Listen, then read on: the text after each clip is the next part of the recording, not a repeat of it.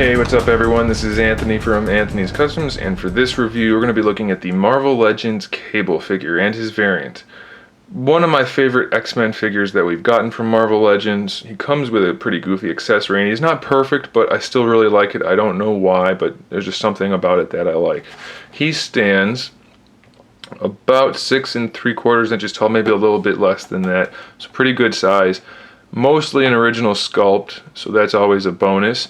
He comes with this goofy scooter, space scooter thingy on this little stand that's articulated, and it's just really goofy looking. The thing that's cool about this though, and this is how I recommend you use this accessory, is you pop all these parts off, or never put them on in the first place, and you can set this over his shoulder and use it like a gun, like a big gun from like Marvel vs. Capcom 2 or something like that.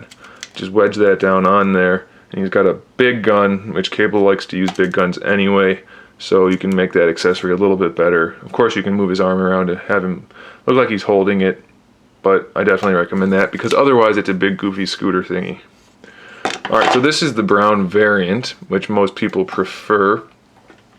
Same exact figure, the only difference is the paintwork on the torso. The pouches and belts are brown instead of yellow, and then the pants are obviously all brown instead of yellow and blue. So we're going to set him aside and just look at the main figure, the primary figure for the sake of the review. Again, it has some problems, both versions. Every time I've ever owned a Cable figure, it's not been painted properly. This is removable, by the way, nicely sculpted, nicely painted. This right here has always been left to be skin color. It's like they painted them all when they were like that, which is really silly and irritating because it leaves a pink spot there or a skin colored spot there and underneath. I hate that, but they've always all had that, so not much you can do about it. He does have a butterfly joint. He's the only one that has this particular joint. I mean, there's obviously other versions of the butterfly joint, but this is an all new build for him. He has a diaphragm joint that leans to the side, front and back. Pretty good joint there. It's one of the better done ones. And he has a waist twist. The head is on a disc with a swivel. Standard ball hinge shoulder on top of the butterfly joint. Bicep swivel, double jointed elbow, wrist swivel, and a wrist pivot and a hand pivot. Same on both sides. Again, Toy Biz gave him gray veins. They look kind of pink in the video right now, but they're gray in real life.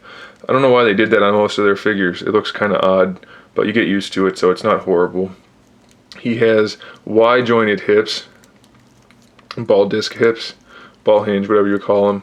He has a swivel at the thigh and right underneath the pouches, which is kind of redundant. You don't need both, but you do have them.